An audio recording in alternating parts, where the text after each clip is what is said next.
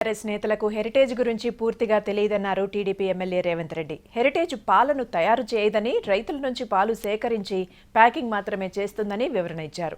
హెరిటేజ్ను ban చేసిన కేరళ ప్రభుత్వం వెంటనే తన తప్పు సవరించుకుందన్నారు. బ్యాన్ ఎత్తేసిందని తెలిపారు రేవంత్ రెడ్డి. హెరిటేజ్ సంస్థకు బర్రెల ఆవులు ఉండవు.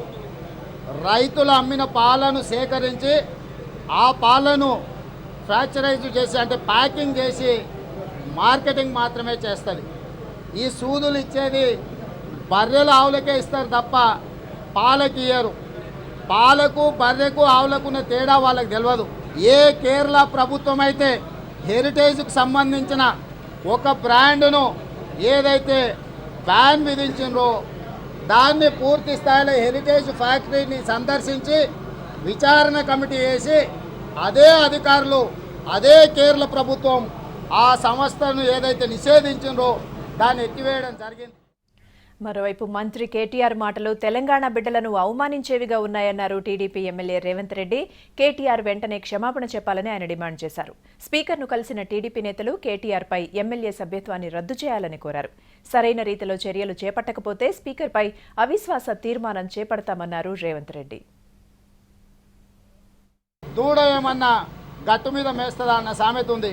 అయ్యెట్లున్నాడో బిడ్డ కూడా గట్టే ఉన్నాడు. నోరు తెరిస్తే అబద్ధాలు, నోటికి వచ్చింది మాట్లాడుకోం. ఉండి మాట్లాడుతుండ్రా హోస్లో లేక మాట్లాడుతుండ్రో తెలియదు. ఆయన కేటీఆర్ అయితే తోకదగిన బల్లిలాగా ఎగిరెగిరి పడుతున్నాడు శాసనసభలో.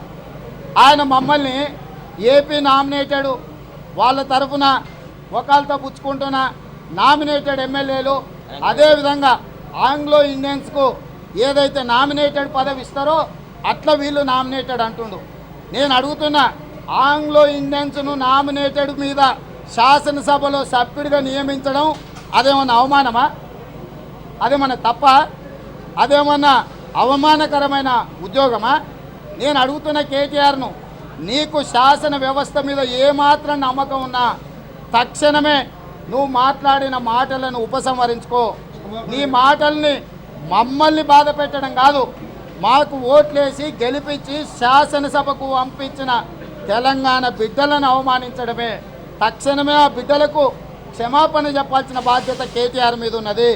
ఒకవేళ ఈరోజు 2 గంటల లోపలగిన కేటీఆర్ క్షమాపణ చెప్పకపోతే కేటీఆర్ గారికి సభలో సభ్యుల హక్కుల ఉల్లంఘన నోటీస్ ఇచ్చి కేటీఆర్ గారి శాసనసభ సభ్యత్వాన్ని రద్దు చేయాల్సిందిగా స్పీకర్కు ఫిర్యాదు చేస్తాము. స్పీకరు ఒకవేళ చర్యలు తీసుకోకపోతే సరైన సమయంలో అవసరం అనుకుంటే స్పీకర్ గారి మీద కూడా అవిశ్వాస తీర్మానాన్ని ప్రవేశపెడతాం. ఎందుకంటే తెలంగాణ ప్రజలను అవమానించే హక్కు పెద్ద దొరకు కానీ చిన్న దొరకు కానీ లేదు.